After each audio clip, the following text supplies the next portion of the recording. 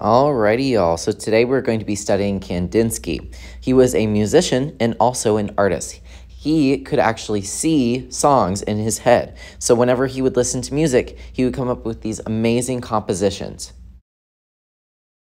I want you to stare at this painting for at least 10 seconds. Do this quietly. You can put on your art investigator goggles if that helps you. 1, 2, 3, 4, 5, 6, 7, 8, 9, 10. Now talk to your neighbors. What do you see? Do you see shapes, colors, organic, geometric shapes? What do you see? Talk to a neighbor. Kandinsky happens to be one of the artists on the posters over here. So if you need some inspiration for today, check this out.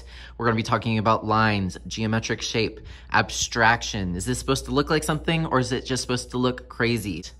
He was very interested in music. When he heard music, he saw and had visions of art. So he would create these paintings based on songs that he heard. He had something called synesthesia, which sounds like it's awful, but for him it was great because he could see songs in his head, and so he painted what he saw. Okay, so let's go ahead and begin. I'm going to be showing you a few different tools that you can use. I want you to go ahead and take your Sharpie, and in the bottom left-hand corner, and your paper can be vertical, nice and tall, or it can be big and wide, horizontal. I want you to write your name in the bottom left-hand corner, whatever you choose. I'm going to write Mr. Boatfield because that is my name. But if you could go ahead and write your name, and then also put our class code. If you don't remember our class code, I'll pause the video now, and we can do that. Now, this is completely up to you. I want you to take your time, of course, but there's two tools I want you to use. You're gonna be using a ruler. We're not gonna be using the numbers unless you want to. This is more so that we can make straight lines. I'm gonna show you how it works.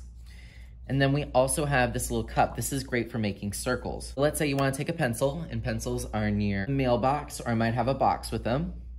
You could just trace a circle. Done, but boring. How can I make this more Kandinsky-like?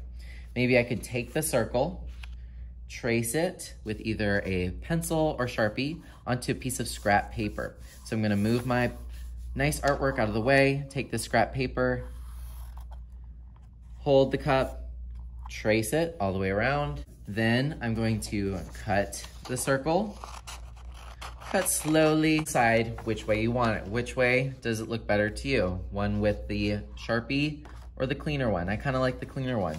And maybe you can find a way to overlap. Overlap means that you're putting elements of art on top of each other. So I drew a circle, and then I put a circle on top of it. I'm not saying you have to put circles on top of circles, but maybe you can think about overlapping, putting different things, different shapes, colors on top of each other to really mix up that image. As maybe this is like a sun ray. So I'm gonna take my ruler, I'm gonna hold it.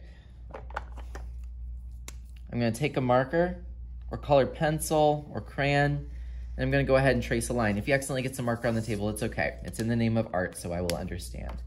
Maybe I want some lines over here. It doesn't mean you have to use straight lines all the time. But see, the image is starting to get more and more interesting as you go. I definitely want you to try using up this scrap paper. There's all sorts of different colors. If you see a color on a different table, feel free to go for it. I'm gonna cut myself some lines.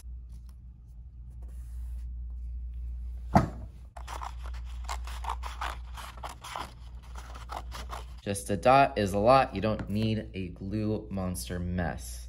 Elements are really light. My eye keeps going down here because there's this really dark line. So I feel like I need some more dark lines just to balance it out. I found this really dark purple paper. You can always use the tools that you have. You don't have to end it with just cutting.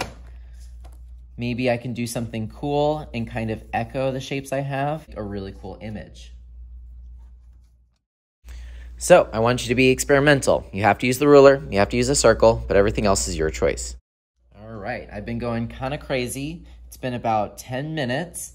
I went over it with marker. I'm now going to add some color with crayon.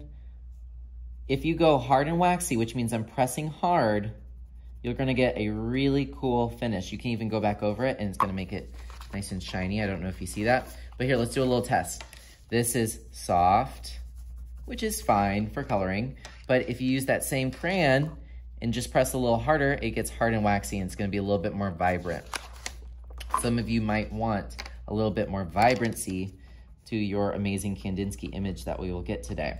We're gonna be listening to music today. Maybe the music will inspire you and tell you where to put your next step. Interesting. Don't be afraid to go off the page. I just kept adding and adding and adding. Don't stop. We are going to keep going for about 20 minutes. Make it interesting and full of life. All right, here's what I came up with. Honestly, I'm like amazed at how it turned out. It started with just a pieces of paper. I cut out a circle. I used my ruler. If I didn't know what to do and it needed something, I just made it up. So this took me 20 minutes to really brainstorm and just have fun. I want you guys to talk while working. I think that's the best way to come up with great ideas, but I don't want you to rush this. I know it looks like I rushed it, but as you saw, it actually took a lot of thinking. When you're done though, I would love for you guys to put this on the drying rack. So after 20 minutes, if you decide you're done, you're gonna put it on the drying rack. All right, so what do? Do we put it on the top or the bottom? Yes, we put it on the bottom and then always follow the green arrows. We have two options open for an extra activity. You could do an expo marker and a board and draw, and then just take a little piece of paper and that's gonna be your eraser. As you can see, it's just one marker, one board, so don't take the whole thing. Don't be a marker pig. You could do some free draw, you could send me a note, but that's really all we have open today because I want you to focus. Of course, please don't move on to any activities until you've cleaned, closed, and placed back into the bin.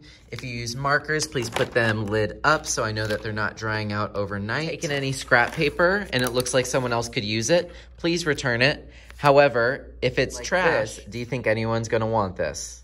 Probably not, which means it needs to go in the trash can. The cups where you found them. If you have a ruler, please put that back as well. Sharpen eraser cup goes in here. Crayons on top. Scissors need to be closed, placed back. It needs to go back. Have fun and be creative. Let's get started.